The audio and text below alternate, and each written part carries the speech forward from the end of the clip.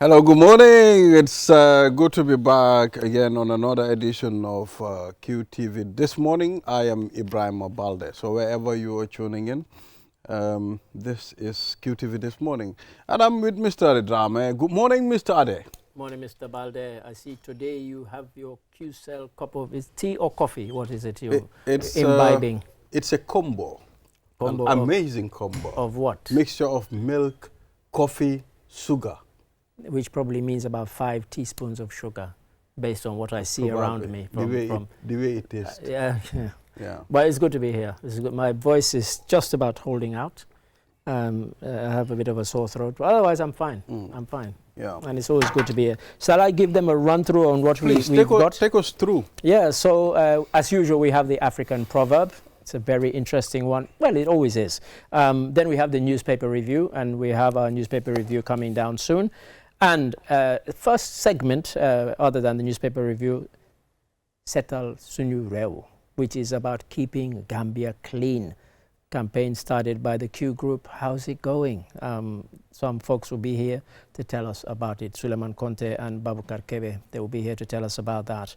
And then we have the ECOWAS Court here in the Gambia on a sensitization mission. Why is that? Well, if I'm honest, I think the court has a bit of a credibility problem. So we'll get to hear from Apraku Nketia, who's head of legal services at the ECOWAS Court of Justice, and also from Yusuf Dan Madami, who is the acting registrar, appeals, arbitration and enforcement at the ECOWAS Court of Justice. So yeah, that's what we have on our menu. Absolutely, you've heard from Mr. Adedrame. That's our program running order today. So we will delve into the African code. Love is like attire, strong when said, bitter when alone. Oh wow, attire. Love. You better explain to the non-Senegambians what attire is. What attire? Attire, it's this green tea that we normally, drink.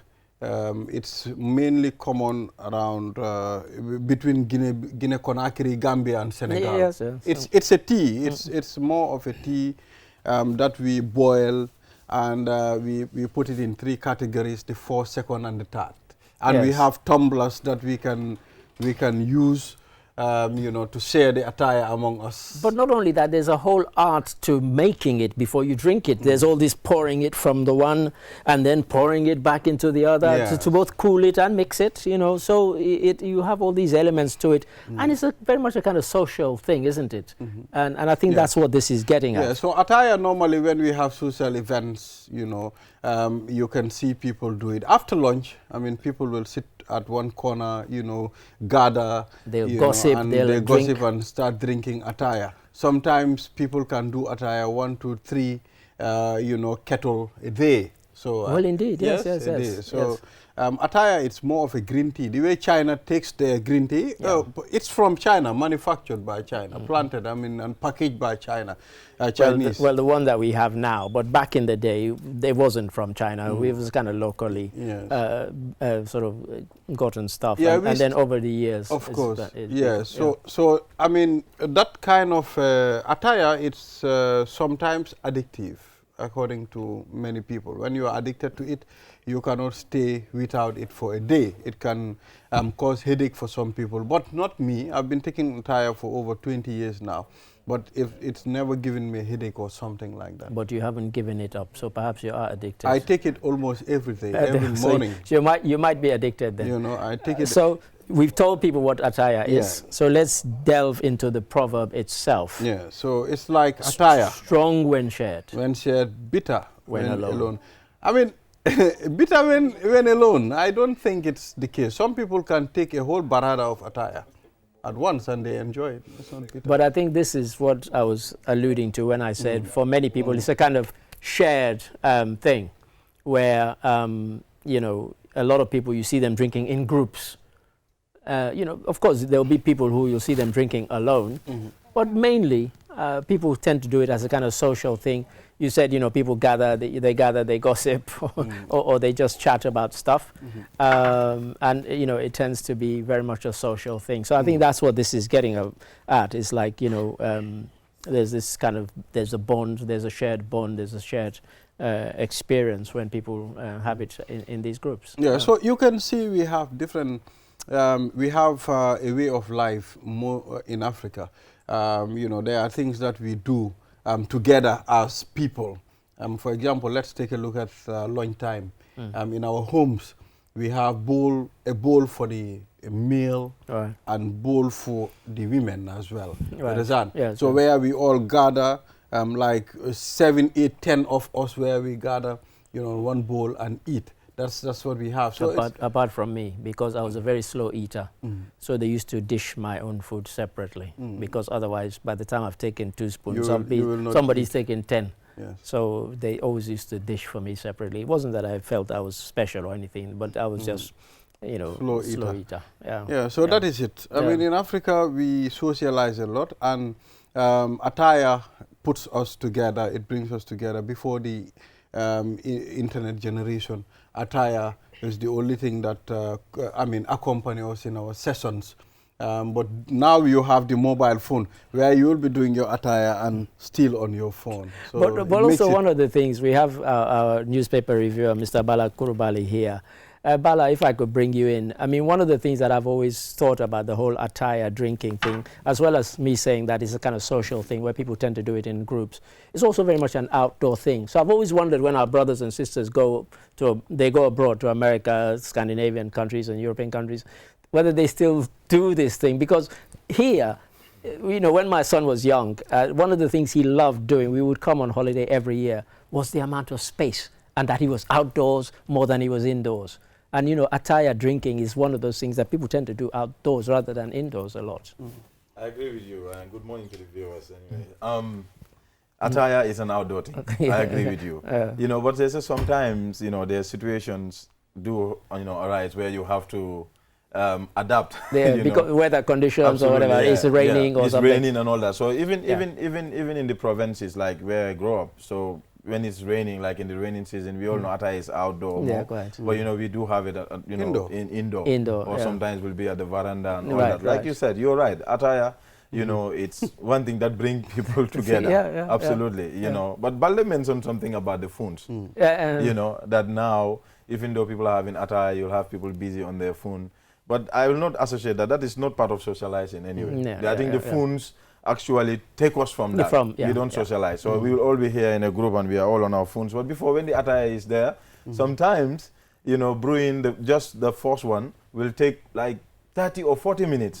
Because the moment attire is done, then that's the end of the session. And one thing you have to know, I mean, Mr. Adedrame, even if you happen to do attire in your house, you know, attire is such a thing that it can attract people. Absolutely. Even if you are doing it alone. You understand? There must be someone who will pass by and be like, force parade. And sit. It will always call people. And you know, where I live now, the former night watchman, when I would arrive home and park my car, as soon as I would pass, he would always offer me, you know, I've just brewed. I would say, you know, thank you. You know, because one of the things that we all know is that sometimes it can be very, very sweet.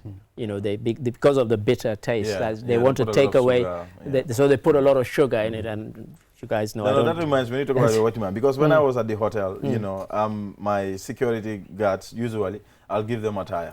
And there was this day that the owner of the hotel came and was like, oh, you're giving this people attire and you're allowing them to come, you know, bring other people here, have session.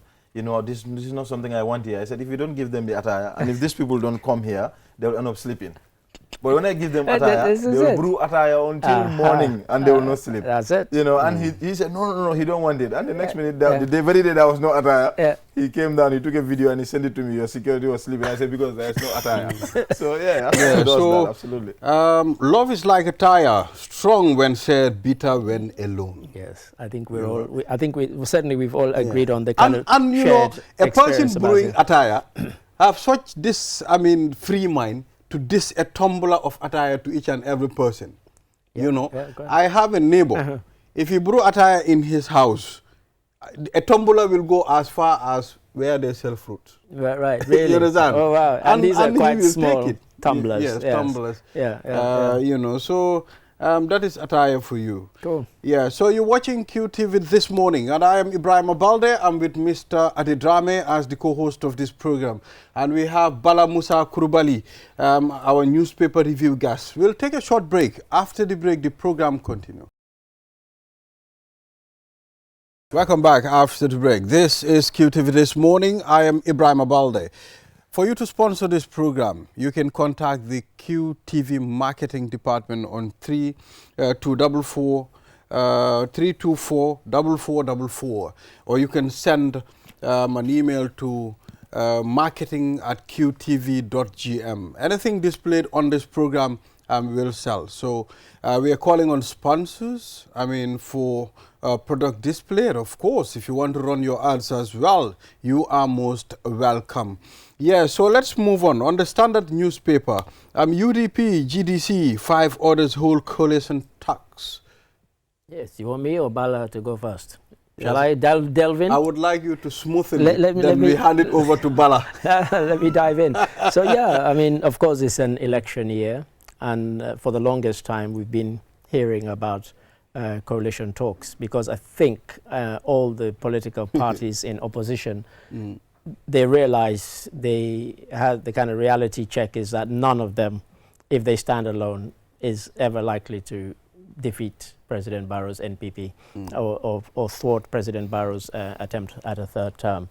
And so they know that that's not going to happen for any single party. And so these coalition talks have been bubbling. And this headline you could have repeated from the last 4, 5, 6 weeks.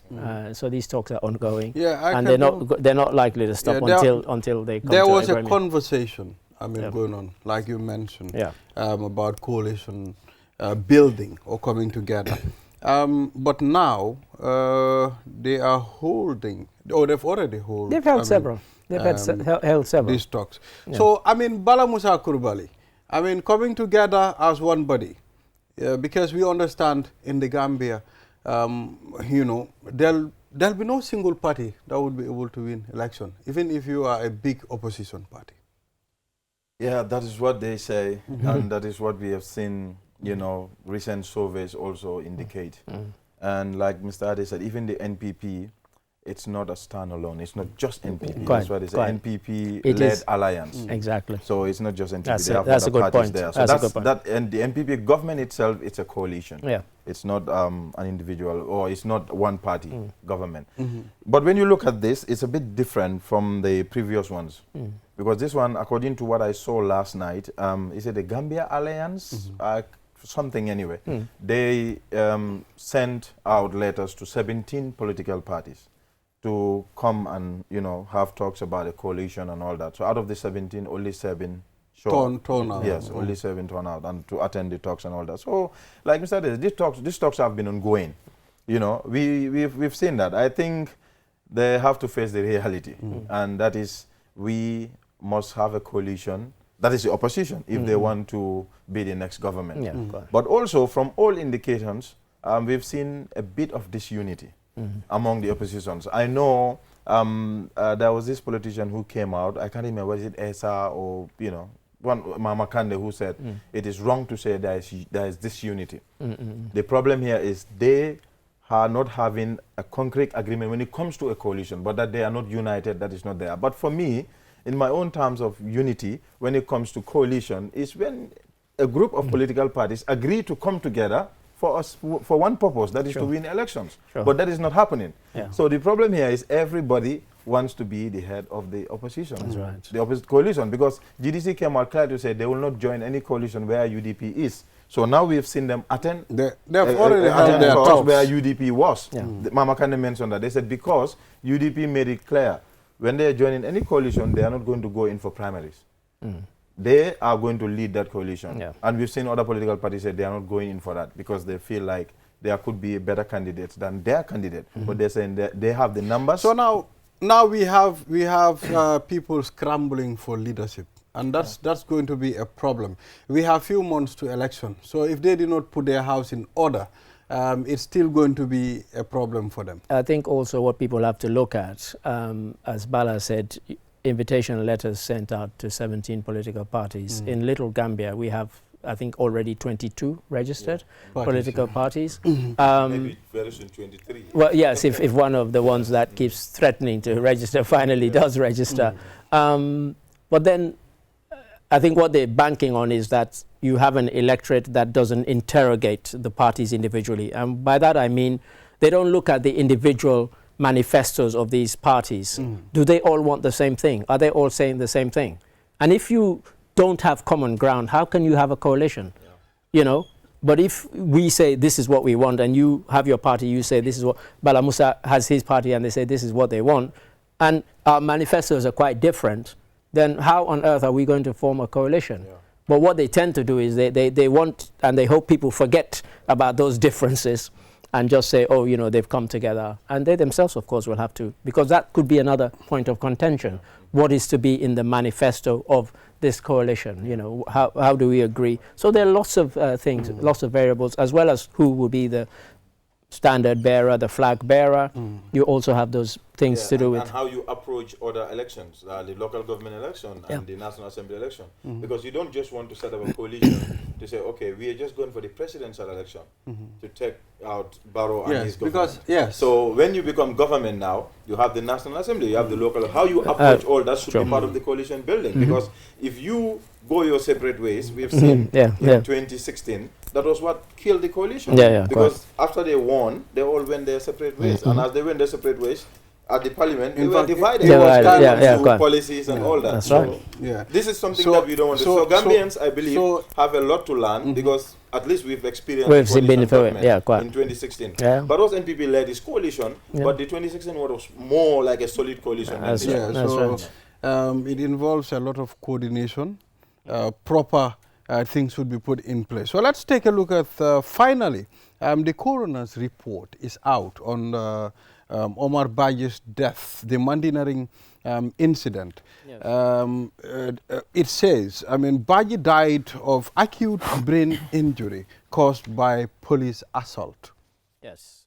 So the coroner's report is unapologetic and it doesn't beat about the bush. And not only does it say that, it also recommends prosecution. I'm delving here to see if I can find it. Is that he died due to acute brain injury resulting from physical exertion, stress and assault occasioned by the police officers in the course of their pursuit of the deceased.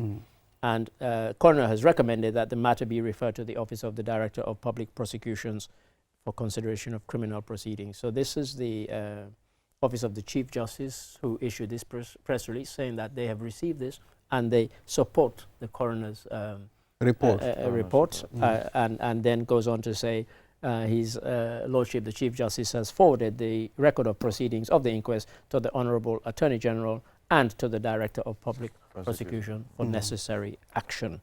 Now, when I read this, I said on the one hand, Baji's family might be pleased that this is the coroner's verdict. But on the other hand, imagine how many cases, high-profile cases, we've mentioned here that have been taken to the courts by the Director of Public Prosecutions and they've been lost. So there's no guarantee of a conviction just because it's gone to the Director of Public Prosecutions. But of course, for the family, they will want to see justice served. It's not going to bring him back, obviously, but they will want to see those responsible held accountable and of course, well, it is important. The coroner's report is out, and it is stated very clear as to the cause of death. I mean, and the Chief Justice is also able to send this to the Justice Ministry. So I think at least we are getting somewhere. You know, this was pending for a very long time now, and you know, giving some relief to the family. I believe. I mean, it's a step forward. Yeah, but you know, there's one thing, Mr. Ade maybe will quite agree with me, maybe even you, Balde, if you watch documentaries that are about crime, you know, investigations and all that.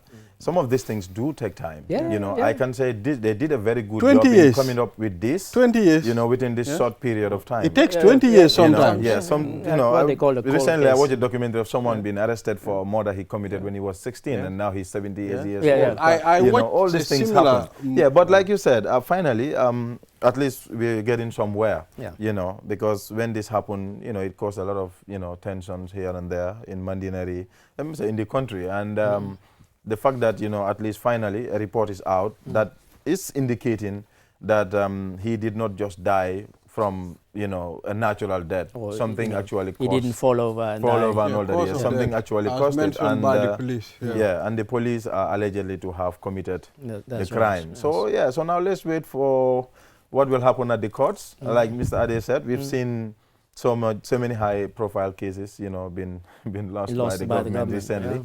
Director of the public prosecution, and some even came out to say it's a disgrace. In other countries, the director of public prosecution would have resigned and all that. But we had the Ministry of Justice come out to defend that, to say out of, if it is out of 100, they've won about 78% of cases. 78% of the cases they won. But the point here is, were they big cases? These are not big cases, you know. Quite. All the last 2 or 3 big or high-profile cases that, you know, you've lost. But in this case, I feel like it's different. So let's see what happens. So, I mean, as Afal said, registering foreigners will give us unwanted precedent. I mean, I watched a video circulating on social media on one of the media outlets as I was in Bagadaji, I mean, I think this week or last week. You know, he was there as a presidential candidate, putting his manifesto to the people. But there was a guy filming him, telling him, okay, Esa, we don't want you here. Nobody wants you here. This is a stronghold for President Adama Barrow. And Esa responded by saying, look, you should respect me. I am a presidential candidate, and I have the right to go wherever I want. So I think people need to be educated. Sometimes it's difficult to control these things, but I mean, that wasn't really... Yeah, I mean, it's the kind of thing you would face anywhere in any country, really. If you go to a stronghold of, you know, Republican or Democrat in America, there will be people there who will speak out against you. But he took the right approach, Esa, by saying, look, you know, I'm here campaigning. And even if it's a stronghold, maybe 100 people might vote for the president. Maybe there are 50 people in this particular place who will vote for me. They need to hear me. Let them hear me, you know, and if you don't want to vote, maybe fine. Because even you who's making the noise, I might say something that might make you change your mind and change your vote. You know, you are right. You know, there was an election, I think 2021 election, in Jimara.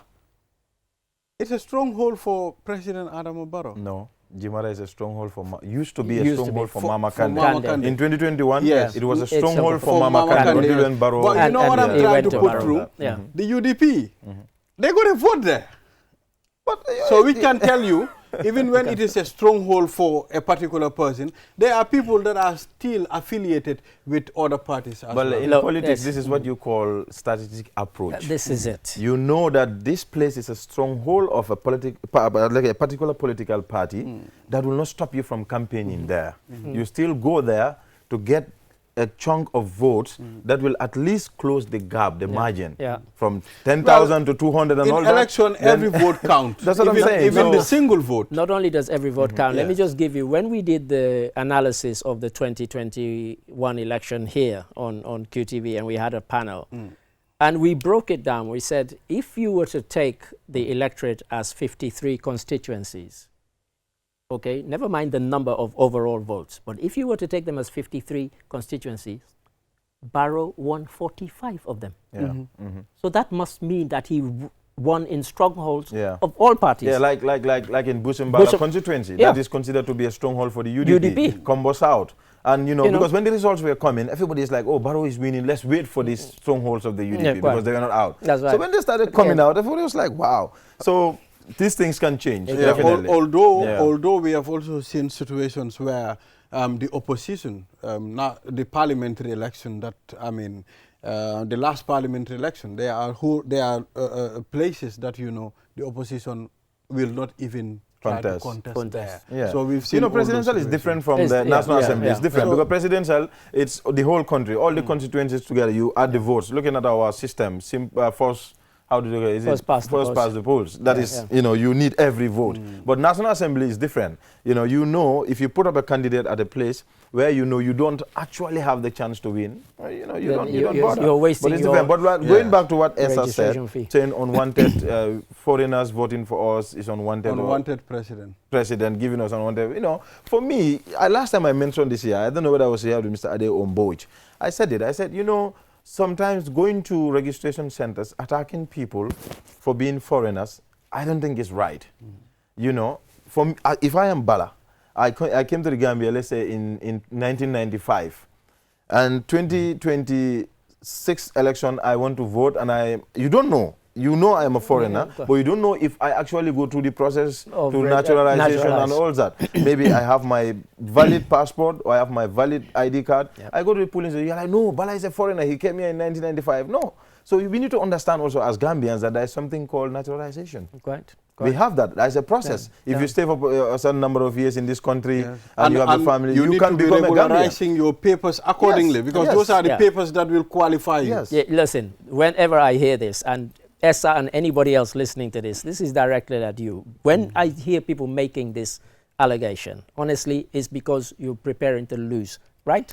Let me tell you why. Because for it to make a difference in the Gambia, you would need 250 or 270,000 foreigners to register. What is the likelihood of that? Yeah. What is the likelihood of that? It's virtually not likely to happen. And if you have the proof, you're a lawyer. Take it to court. Otherwise, zip it. Like, seriously. Yeah. You're a lawyer, take it to court if you have the evidence. I'm fed up of it. Yeah, so let's move on. You're watching QTV this morning, and we are broadcasting from the Gambia, West Africa. So now, Usman Sonko expresses condolences to families of Jammeh-era victims. I mean, in another vein, Usman Sonko also said they should pay him millions, you know, for wasting his time, for putting him at one place. At some point, in fact, he was deprived from food as well. I'm pretty sure you've seen that, I mean, comment from him. Going around. I mean, yes. I mean, what people need to understand right now is that he is appealing a 20-year prison sentence in Bellinzona in Switzerland. And he is saying that that sentence should be overturned. But for the first time, through the previous trial and now the appeal, he's now expressed condolences, while still saying, I'm not guilty. He's expressed, he said, you know, this is not an admission of guilt. It's just that, you know, as a Gambian, I feel for these people, and I'm expressing my condolences to the families of these people. So, you know, whether anybody is going to believe that or think that he's saying it just to, so they will lessen the sentence or overturn the sentence, we don't know. But, you know, if I was in court and I thought I was going to go down for 20 years, I might say anything to make the court take a softer line against me. Yeah, because, you know, that's why they say sometimes when you are leading, when you are a leader, there are certain actions that others under you will take. Yeah. You cannot run away from responsibility. You know, he said, yes, he was the minister of Interior. There are so many things that happen under his watch, but he's not privy to them. I follow some of the proceedings, you know, that he's not privy to them. He's hearing them for the first time, or he also saw them in the media like everybody else. But you were the one, you know, in charge. You were, you know, the one responsible for the actions of everybody working under you. So certain things are there, but you know, the law interprets these things differently. You know, you can deny anything. Anybody can come and deny anything. Mr. Adedrame, you can deny as the head of the QTV News Department. You can deny, okay, I've not seen that story which was aired. So it depends on authorities to justify whether this is really I mean, not genuine or it's not really true. Yeah, so let's move on. Observer 24. You know, Gambia welcomes 611 cruise tourists to the Gambia. You know, what is the number of tourists that we receive in the Gambia every year? Do you have the statistic? 270,000, I think, or 230,000 the last 270. Time, which is not a lot. It sounds like a big number, but it's not. I think we are dropping. Looking at no, we are not. We're not dropping. The numbers are going up. They're going up. Yeah, but compared to other countries, you know, we are still behind. No, I don't think the numbers are going up, because my last engagement with GT Board the other time, I think they mentioned we expecting or like 300,000 tourists to the Gambia. No, that's the expectation. So what you do is every year you put a prediction, you project how many you think you will have. The fact that you don't hit that number doesn't mean it's dropping. It means it's just that it didn't hit the target because perhaps it was an unrealistic target. So as Bala says, you know, if you compare to other countries in the region, perhaps we're not getting those. In fact, we know we're not getting those numbers, but they're not dropping. I think I'll have to contact GT board to know what was last year and year before. We've run a story. The numbers are going up. Even looking at the flights, direct flights, or even if you watch QTV News, we've done stories on it. The numbers are going up. That's why you see all this investment in the tourism sector. You see all these hotels, new hotels being built. You see the expansion of all these hotels, and also tourism. You look at it from this aspect. It's not just the people who come from other countries to our country. There is what you call domestic tourism. You look at countries like Cape Verde, you look at South Africa, you look at even Angola, I saw recently, and Tanzania. You know, their domestic tourism even is about to, let's say, overshadow the other tourists who come from other foreign tourism. But I understand domestic tourism, it's something that we should advocate for in the Gambia. But for me, I've not seen anything that we should be domesticating about. I mean, we do not get things to that's what I'm saying. To domesticate. These things, you work on them. Let's say there are people in the Combos here who have never been beyond Brikama, have been to, like, they've never crossed Brikama. Yes. And there are other people who have been in this country, they've been around the Combos here, they've not been to Brikama, some will tell you, for over 2 years. So let's say, build very nice, if you go to Basse now, I'm happy when people come from Basse, they're like, Basse, wow. You have these standard hotels, you have this, not to advertise, these hotels. No, Basse, let's advertise it. We now have standard hotels in Basse. They have standard hotels. Sorry, for any foreign viewer, when a Gambian says standard, they mean good quality. Good quality, please. Yes, good quality hotels. At least there were not hotels like that in that area. But now we are seeing hotels that have at least, good quality, where you can stay comfortably and all that. I stayed at one when I went to So we've exhausted this time, gentlemen. Already? Already, just land. Okay, so things like that. So let's say if you have those in Basse, you have it in Farafenye, you have it in the Fonyis. Fonyis also, they have very good ecologies. So people can live here with their families. If you cannot afford to go to Senegal, you can go to Basse with your family. Stay there for a week or two. You go to Farafenye, stay there for a week or two. So that will promote a lot, or will increase the expansion of our tourism sector. I think that is one thing. And it doesn't cost you a lot to go and enjoy those things. If only we had a show called Smiling Coast. Wouldn't that be wonderful? Absolutely, yeah. So I think GT Board, you should try and add this. Consider that as well. They should consider reviving it, because if we can just, before we leave this subject, the fact that they have just closed the GT Board office at the High Commission in London, that is a huge statement. And one of the reasons they've closed it is because they feel they're not getting enough tourists from Britain, which is kind of embarrassing because, former British colony, and yet Cape Verde, which was not ever anything to do with British, they get more tourists from Britain than we get in total. Last year alone, they had 400,000 tourists from Britain. 400,000 just from Britain. And our population is way bigger than you will be surprised to know. And even in size, I you will be surprised to know when I asked, and they said Turkey, they receive 2 million tourists a year. But actually, that's quite small. Yes, because 2 million little tourists. Cape Verde, little Cape Verde. Little Cape Verde. You know how many tourists they got last year? Cape Verde, 1.4 million. Look at and that. Turkey talking about 2 million. 2 million tourists a year. All is investment. Invest a lot in the tourism sector. It's not just crocodiles to see. It's not just this. We have a lot in this country that we can actually, invest in to promote our tourism. Thank you. Thank you very much, Bala Musa Kurbali. It's always amazing to review the papers with you. We will bring you tomorrow always again. Some good insights. Tomorrow you will be here. Inshallah. Yeah, so we will take a short break, and after the break, the program is going to continue. Be reminded, this is QTV This Morning. This is not Q Radio. You have to focus, Ndugerati. Yeah, so we are back. This is QTV This Morning. We are back again, and now let's head to the third segment of this program. Q Group Foundation Setal Suñu Réew. We have Suleiman Conte and Baboucar Kebe. Ñu dalal leen ci programme bi Setal Suñu Réew team bi pour ñu waxtaan ñu yaatal mooy initiative boo xam ne jàpp nañ ko few months back. It will be important to engage these people, Mr. Ade, because they are now the champions of the Gambia, I can call it. Because when the Gambia is clean, everybody gets a good name, even the one sitting in Farafenye. You know, when you get a guest, the first point of contact is either the airport.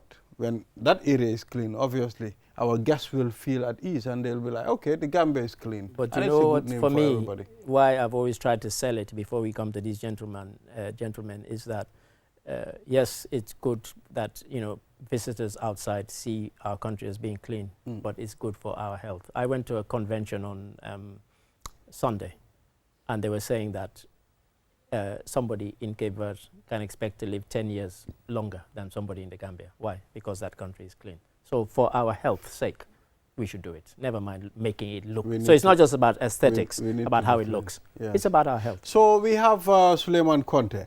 Suleiman, we want you to take us through the initiative. The last time we checked, you went to a community and you cleaned, even I think you cleaned a school, a ground. You were at Bundung. You know, that's the last one that we did. Yes, yes. So well, tell us through what's happening. What's happened since the launch? So you know, I've told you about the ambassador program. So that's what we started. You know, that's a few group of people applied to take part in the ambassador program. So I think you better explain the ambassador program to our viewers, because so you may have told Balde and I, exactly. But maybe some person watching today didn't know about that. So the ambassador program is very simple. There is a number 5565555. I mean, go to your environment, take a video of how it looks, and then and take a video of yourself and said, I want to apply to be part of the Setal Sunureu ambassador program. And this is our community and this is how it looks and all that. So we want to take part. So, I mean, and then send the video to 5565555.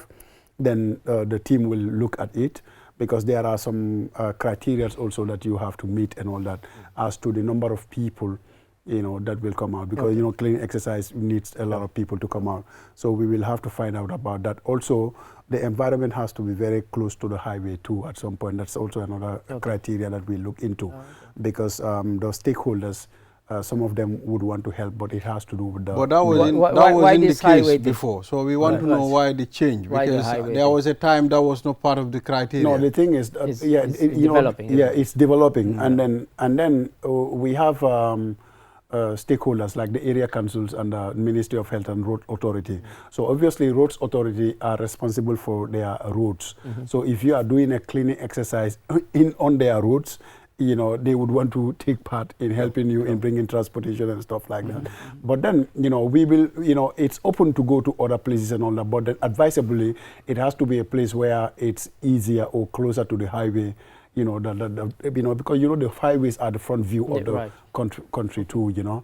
Nonetheless, we will take other places different from the highway, but it's also part of the criteria that we look at the location and all that. And we can see on screen some very young people taking part. Exactly. Can we bring in Can we bring in Babukar Kebe here? Babukar, what's been your experience since the launch of this whole thing? Assalamu alaikum wa rahmatullah. Maa ngi nuyu mbokk yi ma fekk fi yëpp, di nuyu waa QTV, di nuyu Gambia bi yëpp, di nuyu waa Serekunda yëpp fi ma jóge. Waaw, dañuy rafetlu programme bu baax a baax. Waaw, lii nag dafa nekkoon ay xale yoo xam si ñoo ko sosoon. ñu ngi ko sosoon 2020 lañ ko sosoon, waaye xale yi dañ ko sosoon ci yoo xam si mooy ci drama. Ok. Si la jëkke. Yaay Tima moo sosoon groupe boobu noonu. Ok. Léegi bi mu ko sosee nag xale yi dañ ñaan ñëw di daje ay every Sunday dañ daan dem di seetal ay juma wala si koñ bi noonu. Si Bundung after si nag ñu dem ba 2021 yaay Tima xawoon a tukki, léegi after affaire si xawoon a stop tuuti. te bi mu sobee si la waaw gars yi xaw dañoo daje waatuñ defuñu yooyu noonu after bi mu ñëwaatee nag si la toxoon nag boori birigu Yaasin. after nag si lañ dajal war xale yëpp ñu foom leen after ñu commencé waa di setal nag si la affaire si waa QTV tamit ñoom tamit ñu organise lu mel nii. Wow, si foofu la saate daal. Foofu la saate. So yéen ay setal yoo leen doon def. Yéen team bu tudda Yaayu Tima la. time boobu noonu bigge drama la tudd. waaw bigge drama so drama group la. yéen seen activité bokk na si ay affaires yi setal. yes. waaw so léegi lan moo nekkoon seen progress maanaam seen jëm kanam si wàllum setal lan ngeen def because bu nekkee ne yéen wax ngeen ne da ngeen doon def ay setal. lan ngeen def loo xam ne nit ñi dinañ ko naw. waaw dëgg yàlla dañ daan dem si juma. suñ demee dañ daan génnee kapet yëpp génnee ko fëgg ko yëpp raxas foofu yëpp si tilimee ñu raxas wanag yi yooyu yëpp ñu defar ko wax dëgg fi yàlla dañ naan kontaan bu baax a baax. ndax dañ naan yu mel nii gars yi daawuñ ko gis waaye. so but basically jëluma sa kàddu waaye basically kuréel yu participate si lii yëpp ñu ngi luñ cee jëlee mooy ne we are contributing. ñu tamit ñu ngi setal ñu ngi but then kenn fayut leen. waaw sentu wuñ ci dara ku leen bëgg a dimbale tamit fine. but it's like the pleasure is like we are contributing. xam nga fu ma bëgg a driver. I just want to establish ne ok ñoom seen groupe bi luñ doon def. ok wax na fi ne ok dañoo ñëw si ay juma. ñu setal xanaa yéen si juma yi rek ngeen doon focus. non ak si mbedd yi. si mbedd yi ak si mbedd yi waaw. ok loolu laa doon bëgg a establish. because xam nga ne tey am nañ ay groupe yu bëri yoo xam ne dañoo ne ñun dañoo setal dañoo lifin ba pare suñ tali setut waaw understand so moo tax dañ bàyyi léegi dañ bëgg a ba nit ñi ñu bàyyi di ñu ne ñu dañoo def li def lële fekka ba léegi the same problem mu ngi fa. so the same problem we have a problem in this country. Because there should be a mechanism or a way that we have to set up the things that this cleansing exercise would be permanent. Because it's like when 10 people are cleaning an environment, it's about 20 people making it dirty the next day. So the exercise that we did in Bundung, can you imagine? We filled one truck, KMC blue truck, and a half truck of NRA. And you know the distance from the Serakunda Mosque, right, to Bundung Mosque. And not if anybody's watching, it's not even that long. Exactly, not very short distance. And then, you see, the tailor will, cut crews and dump it outside. Outside, the mentality of people. So how do we get into people's heads, into people's minds that this is your environment, protect it, look after it, keep it clean? So that's where the ambassador, like the idea, the Settle Sunureu, that's where this ambassador program comes in. Because we are trying to see how to empower the groups that applied. Sure. Because at the end of the exercise, prizes will be given. I was going to come to that point. How do we incentivize people to get into the program? For instance, right now we're working with 4 applicants right at the moment. We started with Bakari Sambuya and then Bundung. Next Sunday we're going to Tanje. And the following one, we're going to Mariama Kunda. So we're starting with these people. Once we're done with them, and then the prizes are given to them through incentives to, so we're going to talk with them so they will be able to now have their own tools, wheelbarrows, rakes and stuff and all that. So they will continue doing the thing. Then we switch to another batch of people also to continue the thing and advocate for people to continue doing it and all that. But at some point, this is a strategy the Settle Sunureu is bringing. But enforcing some of the things I'm saying, you need the law to enforce it. That is to control the sellers, the people that are on the streets and all that, the behavior of the people.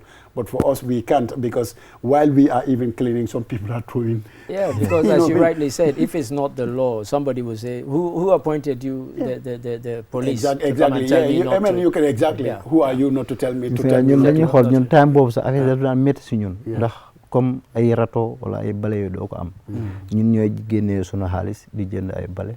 ay rato yooyu noonu te mbalit bi buñ ko bëree pare duñ am comme moto ku la ko tural da ngay lifin nga taal ko loolu la nga am pour def time boobu noonu daf daan métti pour nga so léegi foo leen toolu si seen joxante loxo ak Q Group Foundation setal suñu réew bi waaw time bi moom wax dëgg yàlla dañ kontaan si gars yi lifin bi ñu def keroog ñu si kontaan loolu ndax wan nañu ñi ngay jàppale Gambie bi yëpp te suñ dëkk bi suñ dëkk la ñun ñoo ko mën a setal keneen du jóge si àll bi pour defaral ñu kon ñun ñoo war a try suñu best rek pour defal loolu noonu waaye ñi ngi guy mom fu ñu oo rek foofu moom ñu ngi fa. Well, xam nga it's really hard.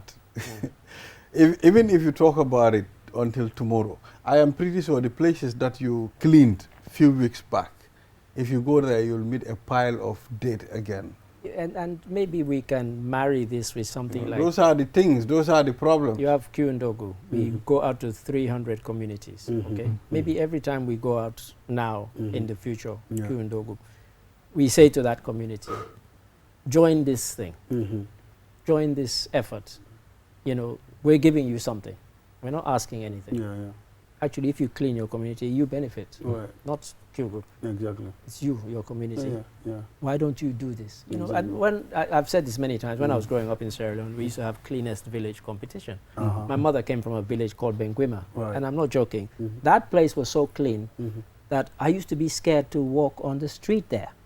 I'm serious. It spotlessly clean. True. And they wanted to win every year, but by 1969 they stopped it.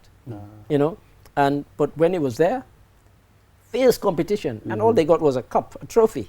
But everybody wanted to be the one that got that trophy. You know, and Benguima was. You go to Benguima now, looks like a rubbish tip. So you know the settle initiative, it has different levels and programs because we started, you know, when we initiated, and then at the moment we are, you know, on the ambassador stage and all that. And I'm sure the bigger heads are thinking as to how to develop it and, you know, make sure, because, you know, the stakeholders are participating, you know, like in the jurisdiction where it is Brikama Area Council, they send in their trucks and their people will come to participate, and likewise KMC and all that, Roads Authority and NEA. And the last time the police PRO was even taking part also. He's also we saw exactly. So it's about probably at some stage, you know, probably, you know, the leaders will have to get the police involved in a way that they will be the ones to counsel the people, or probably not even the police, because the police are there to enforce the law, but probably the parliamentarians has to look at something that has to, you know, penalties that has to do with cleanliness. It might be even there. But many of these things, they take hold because you bring people on board. And so when we've had people from the civic education, I've always criticized them that should be, for me, this what we're talking about now, should be, and they should take it to schools, to universities. So what about us? Are we taking our message to university? I know we're going to communities and we're speaking to councils and so on, but what about schools and so on? Because if you take and you catch people young and they get the habit of not throwing litter, they'll grow up not throwing litter. So what are we doing about that? Are we making those engagements? Exactly. That is also on the pipeline that the boss spoke about it, and she said the next move is going to go to get the schools involved, and then, you know, the school authority will have to, we will have to go to schools and then, you know, make sure they find a way that the school can connect it to their syllabus. Because we see some of the schools and we see the litter outside those schools. Exactly. And it's not brought by strangers. No. They're school children who are contributing to that litter. Exactly. And part of their team, you know, you can see some young, you know, they have some young... Part of Babukar's team? The Babukar team, so, you know, very young kids, and, you know, they were helping out. You know, 8, 13, 10 years and stuff. So they were all taking part also, you know. So the Bundu one was a massive one. Serakunda is just... And then, do you know, when we went to the place, it's like the boss was like, hey, Suleiman, this is not easy there. Said, okay, we've bitten off more than we can chew. Suleiman, let's talk about expansion. How are we planning to expand? To other parts of the country. Yes, can you imagine? People applied from Jarasoma and beyond. You know, but we were like, okay. Anybody from Basse? Not yet, but you know, Basse, you will have to need it. But then we're looking at it. Probably at some point, we will expand, you know, beyond Brikama, and so, you know, because it's all part of the country, but we're starting with around, you know, it's a kind of a pilot scheme. Exactly. We see how it is, we evaluate it, and then we see if we can roll it out wider. So that makes sense. So, legi lan moy yen sen taxaway lo len paré pour ci future bi dal ci walum setal bi ak liggéey yo len def ak team yaayu tima. Wow. Ba léegi ñu bàyyeekuñ nag ndax every Sunday bu mujj si moon bi dañ dee seetal koñ yi ñuy xool foo xam ci tilim na ñu seetal foofu. Ok. Waaw ba léegi ñi ngay ut matériel si yëpp pour fuñ dem rek foofu ñu seetal foofu yëpp ba pare tamit dañuy ñaax nit yi tamit ñuy seetal fi ñu dëkk yëpp. So ambassador program is competition between them. Competition. It's a competition sort of. Yeah. So in fact, the guys that we started from have started calling me and said, Suleiman, we wanted you guys to come back again. We want to do. So Kugena settles a class that has, we have to have. Let them come. So award any winner at the moment? Not yet. It has expanded. There has to be. Yeah, exactly. Okay. So we have to go up to the end because time to time we will go around to survey whose place is cleaner. Because that was going to be my next question about monitoring. Yeah, exactly. How do we monitor what's happening? Yes. Suleiman, I just want to ask you something. I'm a bit curious about this. How realistic is this settles new real thing? Do you think there is a future? Let's just talk. So I mean, you know, there are times that you can start something, and you are into it very well. Right. But at some point you start relaxing. Yes. So I just want us to know how realistic is this? So this is a question that you are not the first person to when we went to meet with them, and few people asked about this, but what I always keep telling them is like, look at the brand attached to this project. That's the Q Group. And Q Group, when it comes to executing or projects and stuff like that, it's not a small brand, and then everything that the Q Group moves on and engaged on is always serious. You know what I mean?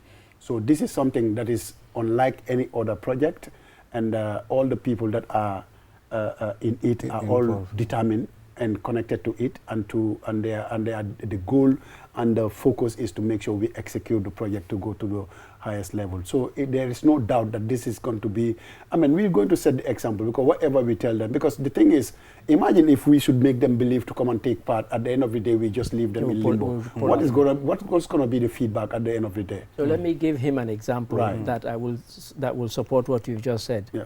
If you look back 6-7 years ago to Kyundogo, and you see the size it was then, exactly, and what it is now, very much sustainable. Why? Because the determination is there for it not to fall back and then fall away. In fact, it's getting bigger and bigger. And so for this, we started with a particular region. It has to be rolled out nationwide, inevitably, and that's part of the sustainability. So it's important whatever you're doing, you ask for the realisticness. And online, I've seen somebody online, a content creator. I watched at the video and I was laughing. I smiled and I'm like, okay, good, it has paid off. And this guy is like, yo, look at the turntable. The last time I came here, the whole place is dirty and everything, but now the whole place is clean. In fact, if you had mentioned that, that guy actually came to the office last Saturday when they were having the Tobaski thing. He was one of the people who came, and he introduced himself to me. So you see, last Saturday. So it's like the place is neat, it's clean and stuff, I'm like, okay, it has paid off, the settled idea is coming up, and the people, it's reflecting, the people are seeing themselves in it, So you can see, and then I've seen Watson Gambia has given a prize to the ladies that So what about accountability at the end of the time? Who are we accounting for? Because at the end of the time we are buying materials to use. At the same time, we are also going to give out prizes to the best cleaners at some point. So accountability, you see, we need to start putting accountability in whatever we're doing. So how is it going to be? How transparent is the whole thing? So actually, I'll tell you this. The wife of the CEO, Nene, is behind everything, right? And anything that has to do with finance and all that, she's the one coordinating everything. She's the, she's the brain behind everything. And who is she answerable to? And then, how do I put this again? So it's like at the moment, all the materials we are using is ours. I find this a funny question. Yes, exactly. Really, I'm giving you something, and you're telling me who am I answerable to? It's my money. But you just said Q Group Foundation. But it's a foundation.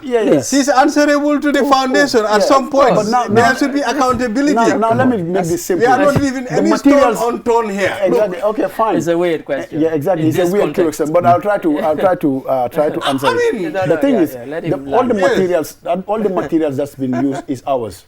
We load everything, the wheelbarrows, every material. So for them, what we do, we come with our materials, share it amongst the people, do the work and everything, and then pack everything, the gloves, the bags, the face masks and everything, and then we go back with our materials. But then at the end of the program, like I said, materials will be bought and then given to each participant. I think and they will own it. That's going to be their own. They will own the material. But I think what he's getting at, he wants you to have a mechanism where you can monitor. To control. We need to control everything that we do. And hopefully report to him. You cannot give them materials at the end of time. But can we give the last? No, we have the materials. The materials we are going to give to them is going to be theirs. Yes. So thank you. Thank you very much, ours gentlemen. Is ours, so maybe we can come and... Thank you, Suleiman. Thank you, Mr. Kebe, for coming on the program. Viewers will take a short break. After the break, we'll be back. This is QTV This Morning. I am Ibrahim Abalde. Now let's head to the last segment of this program. Mr. Dedame. I've been looking forward to this. Looking forward to this conversation. And why? Because it's about the ECOWAS Court. Yes. They're here on a sensitization mission here in the Gambia. And we have with us, to my immediate left, Aprako Nketia, who is the head of legal services at the ECOWAS Court of Justice. And further away there we have Yusuf Dan Madami, who is the acting registrar, appeals, arbitration and enforcement. Gentlemen, welcome to the program. Thank you very much. Thank you for having us. Thank you. So before we kind of dive into the kind of intricacies of the court and what it does and what it does, tell us why and what the mission is, this sensitization mission, because I'm aware that is happening in other countries as well. And now it's the Gambia's turn. So why this mission? Do you want to take it? Okay, thank you very much. The court was established in 1991, but became operational in 2001. We have celebrated about 25 years, but we have noticed that a lot of people still don't know much about the court. And even lawyers that are meant to be practicing in the court, some are not actually conversant with the rules of court. So this is a program of the court where we go every year. We go to member states to try to provide information about the court, what we do, and to make people aware of their rights, particularly with protection of human rights and all that. So this year we are happy to be in the Gambia, and we'll be having a session tomorrow and next tomorrow. We'll be having presentations that will be made in order to actually inform the citizens of the Gambia as to the rights that they have and how they can actually register their grievances in the Court of Justice. So tomorrow there will be presentations on the jurisdiction and mandate of the court, human rights protection and enforcement status, rights of women, and other days we'll be having the practice and procedure. You know, there are two segments. Tomorrow is the one that will be dealing to the general public, and then of course that of Wednesday will be specifically for legal practitioners to put them through on the practice and procedures of the court and other how to file cases before the court. So this is exactly why we're in the Gambia, to actually bring all those information to the people, the good people of the Gambia. Yeah, for me, I am curious to know, how do we access the ECOWAS Court? Maybe you should attend the session tomorrow. Exactly what I was going to say. But let me just make it brief. Yeah, sure. How do you access? Of course, if you have a grievance that you wish to register in the court, you can bring before the court. But firstly, you have to know the mandates of the court. There are broadly 4 mandates of the court.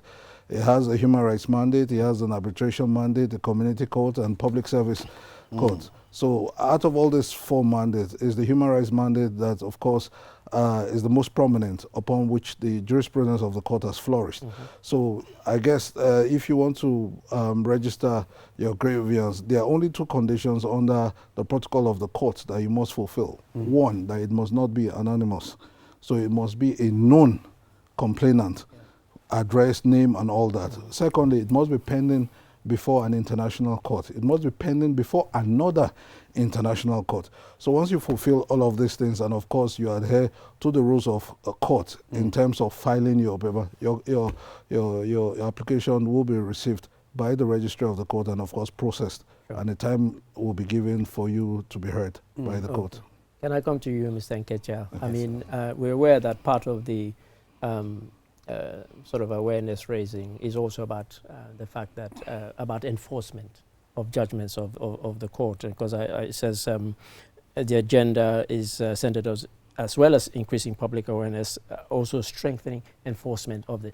Has this been a problem? I mean, I could mention a couple of cases, and you know, the current president of the court, who I believe is here, Justice Claudio Montero Gonçalves, is from Cabo Verde. And if I just hold this piece of paper up, if I can find it, there was an infamous case, 2021, when Cape Verde itself did not uphold a judgment of the court regarding Alex Saab. Yeah, Alex Saab. So, so it's quite ironic that he's now president of this court. But in terms of enforcement, because I notice you also be speaking to government officials, and there have been instances where, so what's the sort of dynamic around those conversations regarding officials, you know, government officials particularly? Yeah, thank you very much.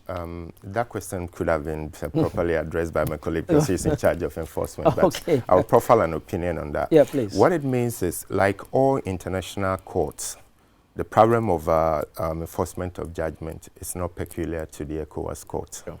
And I think you agree with me that to a larger extent, even national courts do have such problems where judgment they turn up. Sometimes, especially if it is against the government of the day, they find it very difficult to enforce. Sure. ECOWAS Court is not peculiar, as I've already said. Since the establishment of the court has actually delivered judgments in many areas of community life, that is community citizens' life. And when it comes to enforcement, that's where we have a problem from the government. The process that we have in place is that when a judgment is given by the court, is binding on the member state against whom the judgment is given. So the process of enforcement is actually initiated from the court, when the registrar of the court will issue certificate and then send to the member state that is affected by the judgment. And when that certificate is issued, it is expected that the government automatically will enforce it. Now, you enforce it through a mechanism that has been put in place. Every member state is expected to appoint what we call competent national authority. That authority is supposed to be the segment of the government that will receive the judgment from the ECOWAS Court, inform the government, and then the process of enforcement is initiated.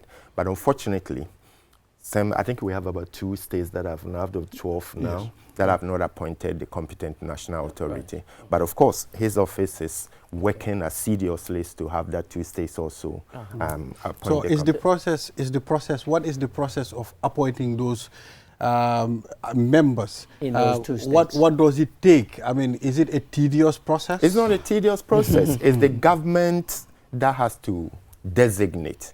And it is perceived that either an already existing institution can be designated as competent national authority. In the member state that I've appointed, I think most of them, they do appoint the Attorney General and Minister of Justice as the competent national authority. Now, to continue from where I ended, when the competent national authority received the judgment, it's supposed to notify the government machinery for the enforcement of the judgment. But what we're saying is that those who that even have appointed, when the certificate of enforcement is given to them, they do not receive the government will, or what we call the political will, to enforce the judgment of the court. So we've taken it upon ourselves to do some of this sensitization mission where we speak to government officials about the need, because you cannot accede part of your sovereignty to an institute that is our ECOWAS. And then at the end of the day, when the court, as part of the ECOWAS fraternity, issues judgment, and then you don't implement them. So that challenge has been there, but there has been an effort to remedy the situation, of which my colleague will. I was going to say, Brother Dan Madami wanted to come in. Yes, I would like to come in here. Yeah, just like what the head of legal says, that's very correct. But let me give you the perspective and the realities on ground now. Yes, enforcement of judgments of the court is actually one of the constraints of the court, and I think this has been taken to the next level. What is the court doing in this regard? The court actually haven't seen that this is a problem. We started having bilateral talks with member states to actually sensitize them, and because you all agree, they can't come together, create a court, and refuse to enforce those judgments. Because once you refuse to enforce those judgments, what you're trying to say, you're trying to delegitimize the court.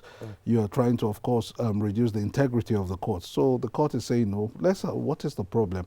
So for the very first time last year, we had the first meeting of the competent national authorities where it was held in Lagos, where they came together to talk about these issues. We are going to be having a second one this year in June, whereby a framework has been developed by the registry department of the court. So we're going to put in place machineries and blocks whereby these informations will have to reach people. How do you organize? How do you, deal with challenges of this thing? So all those things will be taken into account. But I would like to say that, yes, what are the problems of non-enforcement of judgment? The first on the list will be political will. Then, of course, you will have resources constraint, because these things also go into finances and admin. But just an interesting thing here, this political will. Why is it that you have certain, now we have, the court has delivered 505 judgments since its inception. The court has sat over sessions of 1,600, over 1,600. Now, when the court gives judgment against member states, why is it that member states sometimes refuse to enforce certain judgments, but enforce other judgments? But that was going to be a point. They're kind of picky about which ones they enforce. So the question is, and they refuse to enforce certain judgments given legal reasons. Why you have also enforced? So there's no basis for the refusal. The same procedure you used to enforce that judgment, use the same procedure you should use to enforce this. And let me tell you something. A member state in 2014 was allotted the position of the judge of the court. And the council or the system recognized that country or the member state was defaulting in implementing the judgment. So they now said, no, we can't appoint a citizen of that country until because of this judgment. Guess what?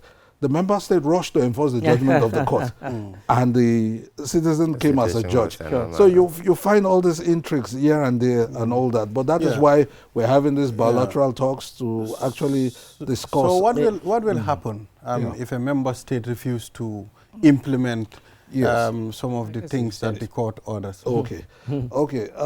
Let me say that there are, in the recent years, systems that have been put in place. For example, for the very first time, the President of the Court of Justice has a presentation that he makes to the Council of Ministers on the status of implementation, bringing it to the front burner of the for them to take decision. Then we have a supplementary act of 2012 dealing with sanctions. That's the sanctions regime of the ECOWAS. You will agree with me that when you refuse to enforce judgment of the court, you are violating the obligations, the treaty obligations. So when you have violated the obligations under the treaty, there is a sanctions regime that spells out certain sanctions that can be given, political, judicial, and judicial, and all that. In fact, some member states have been refused allocations based on their refusal to fulfill their obligations under the treaty. So what we have now is that, one, we could, of course, the political head of the institution can actually invoke the supplementary act in taking out sanctions on the member states. But your guess is as good as mine. But in fact, now, do member states, in fact, care much about certain sanctions? I mean, I just want to understand, too, the integrity of the courts as well. Meaning what? Yes. No. What it means is that if the court churns out judgments, and the judgments are not being complied with, it affects the very existence of the court. That's what I'm talking about. But of course, if you talked about whether member states are mindful of doing something about it or not, in as much as we're trying to paint maybe the dark aspect of the non-fulfillment of the judgment, I can assure you that to some extent, ECOWAS courts, like I said, it's not peculiar. We've done the statistics. And that if you take it in European sphere, if you come to African court, and then our sister regional mechanisms like East African Court and then the others, I think the problem is common. Almost everywhere we have it. But let's come to think about it. There is a case that always I cite in Nigeria.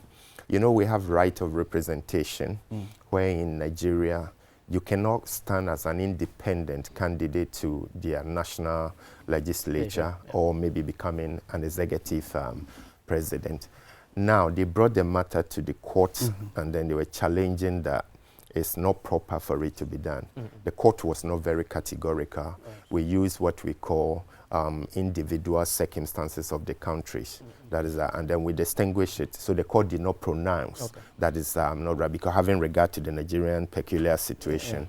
And then but we realized that immediately after the judgment, when legal reforms were introduced in their National Assembly, they tightened the mechanism for party structures to be put properly in place to have access to any individual within the party who want to contest on the party ticket. What am I trying to say?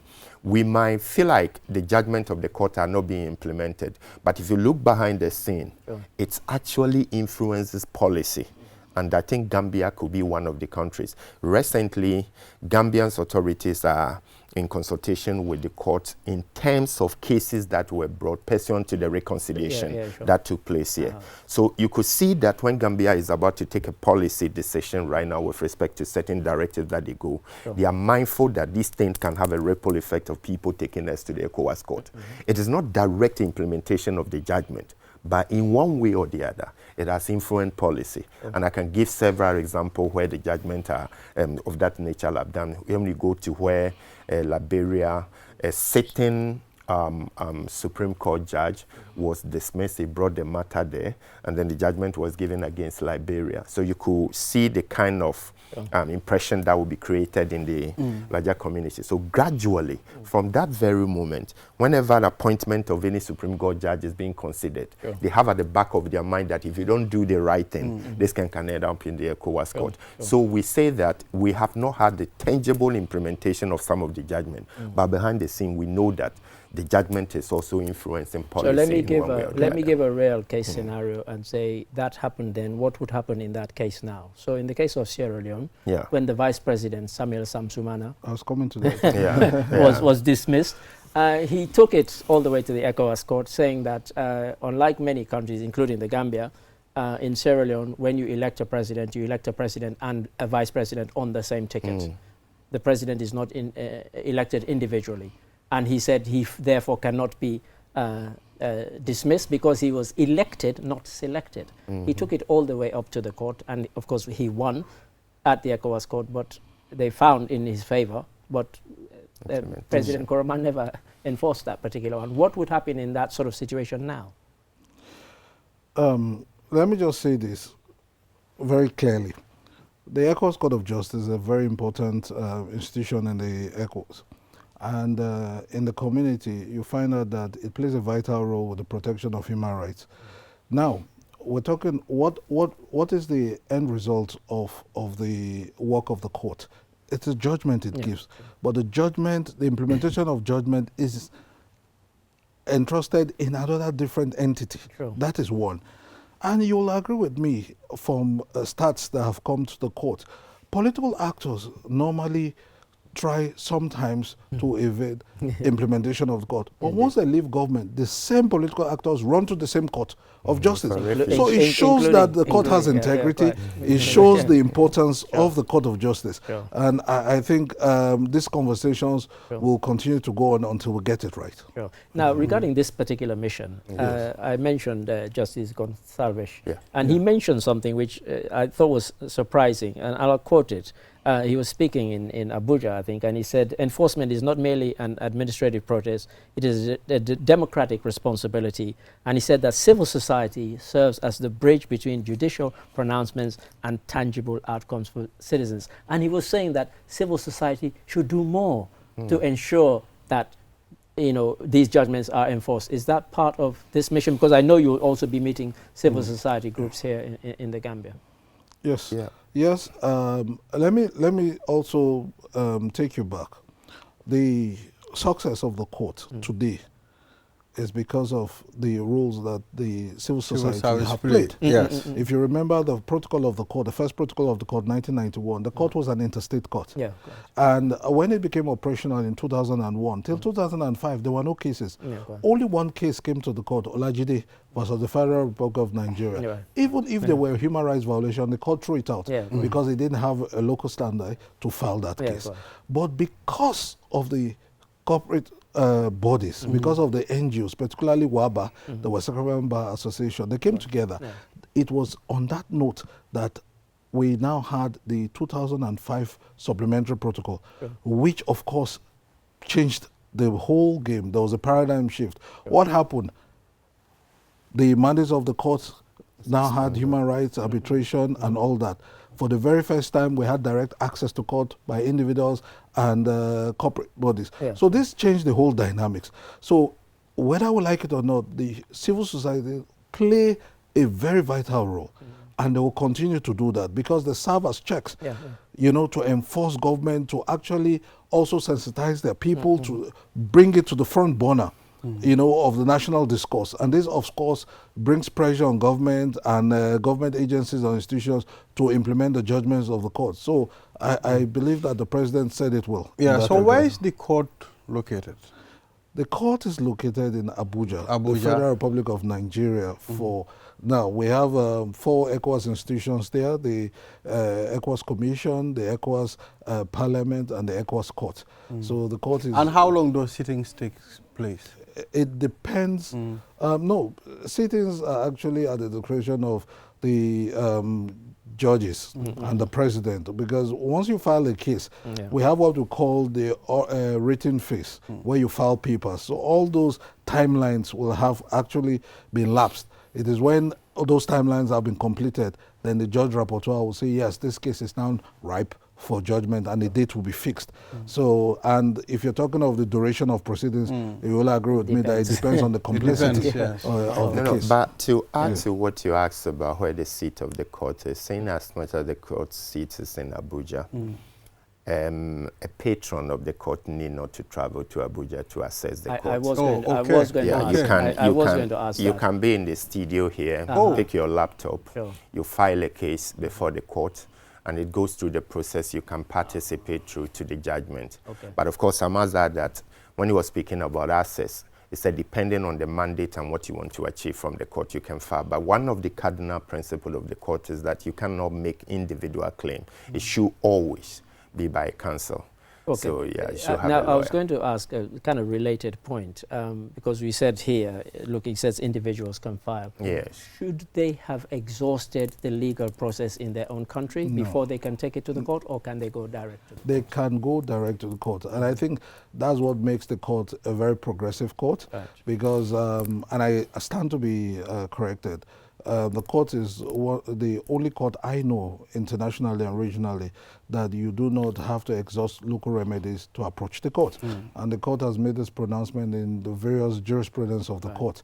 So you can, I think you have an option, the venue option. You can go to the national and you can also go to the court. But if you're coming to the ECOWAS court, you must remember that it is an international court. So you must be filing against the member states because the member states are signatories to the treaty. So you can't bring any other party. It must be the member state. So you and community institutions. Thank you very much for coming. You know, but we will be speaking to you gentlemen. Yes, so this is all we have. No, but we are inviting you for our programs. You send reporters there, and then we can interrogate further. All right. So viewers, this is all we have for today. We'll be back here tomorrow again. Until then, bye-bye.